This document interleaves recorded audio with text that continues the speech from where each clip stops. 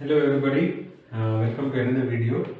I'll be continuing from the last class of 7th chords, and again in between I got this keyboard again, right? I thought it might be a little more helpful when we play the chords and listen to them. Alright, so like what we learned from the last class, you can have dominant 7th, okay, and a major 7th, correct? So you basically play it in front of a major chord or minor chord. So we'll do a few examples so that you get to understand what is the differences. So dominant is nothing but you add a note, two semitones below the root of the first note, okay? Whereas in the major you add a note one semitone below the root note, okay?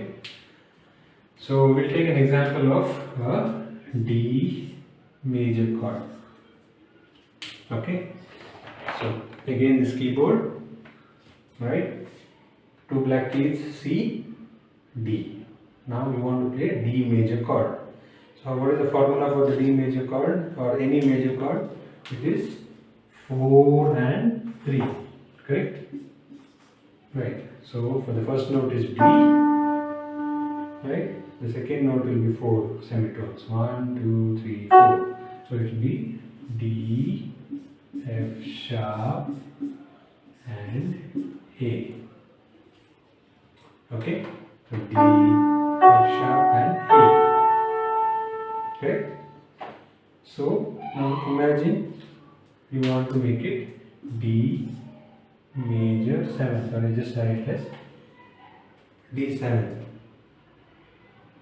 Okay, so here what you do is D, F sharp, A, and then you add the dominant 7th, right? So you add a note, two semitones below the root note. So D, F sharp, A, and if you take this as the D, two semitones below, right? You come to the left, correct?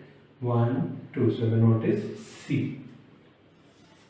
Okay. So this becomes the D7th chord. Got it? Alright, so the arrangement again it can differ. You might say, why can't you play the C note here? It's fine, you can play it. So there is something called as inversion of the chords. We'll come to it later. Okay. Now the same way, imagine you want to play the D minor 7. Okay. So the notes will be, instead of 4, 3, it will become 3 and 4. So it will be D, F and A, right? And the last note will be the same, it will be C. So it will be D, F, A, C. Okay? Right? Alright. So the next question will be, how will you play a major 7th, right? So imagine you want to play D minor major 7th, okay?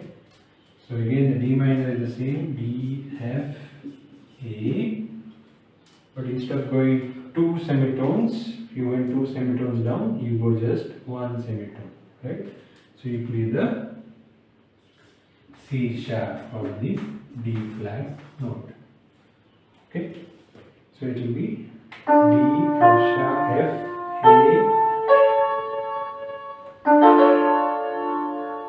right? Very different sound, right? Kind of a haunting sound, right? So that will be the D minor major 7th. The same way if it is a D major 7th, okay, right? So it will be D, F sharp, A, and the same C sharp of the B flat note. Okay, so that will be right. Did you get that? So we can make out the differences in the different types of the chords based on the seventh note itself, right?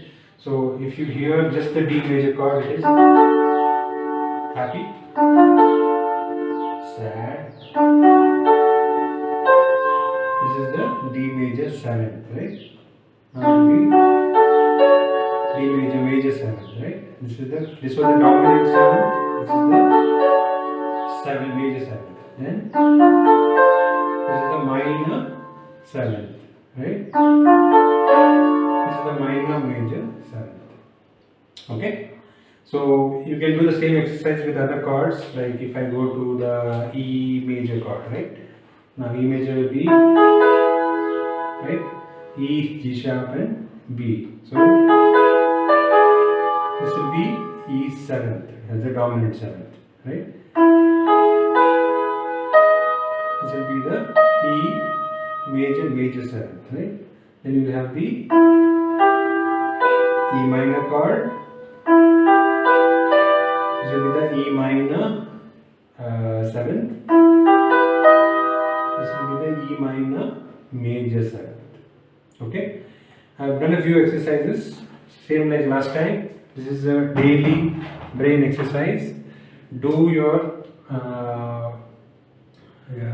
exercise for every note and find out the chords for every note based on this chart. Okay, I'll see you in the next class.